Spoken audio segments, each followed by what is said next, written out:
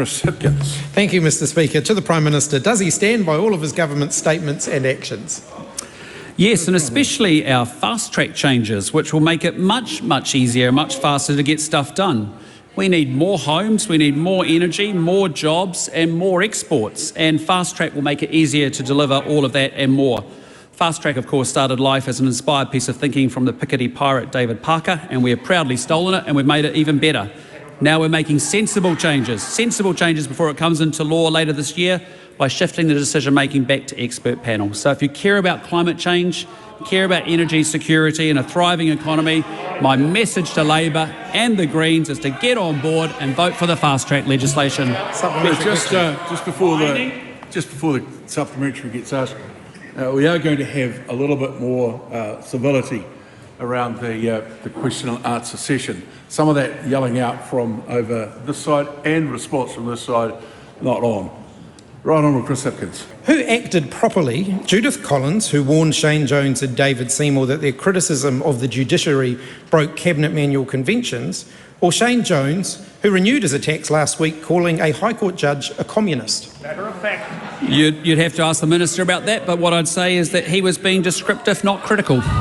Point of order, Mr Speaker. Point of order. Just a minute, we're on a point of order. When it comes to questions of the Minister's conduct, the Prime Minister cannot say you'd have to ask the Minister that. The Prime Minister is responsible for the Minister's conduct. A Minister calling a judge a communist you did ask is a question of his think about conduct. how you asked the question. And without penalty, ask again. But, okay. Well, I can shorten the question if you'd like, Mr Speaker. Well, if you're capable, go for it. Is he comfortable with a Minister in his government calling a judge a communist? Sorry? Is he comfortable with a Minister in his government calling a judge a communist? The Minister was being descriptive, not critical.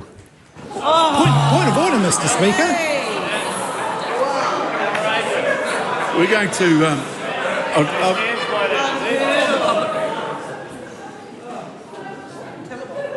Point of order. We're on a point of order, and I will call that point of order. I'll just say you're going to dance on a pin if we keep on having semantics around words, but please ask your point of order. Mr Speaker, this is a pretty substantial issue. There is a separation between the Parliament, between the Executive and the Judiciary. It is well respected that not only Ministers but Members of Parliament should not be criticising the Judiciary. A Minister calling a judge a communist is a legitimate question to ask of the Prime Minister around ministerial conduct, and I think we could expect more than just a flippant answer like that. I don't think that was a flippant answer. The answer was that he was being descriptive, not accusative, which is a reasonable answer.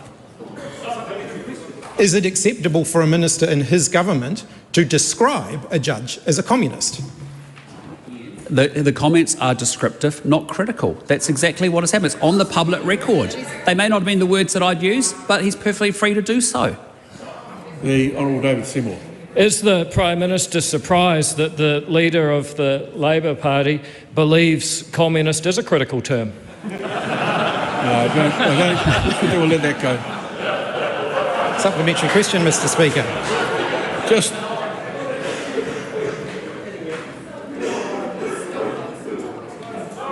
We're just going to come to order. Everyone might find everything highly amusing, just taking up your own time.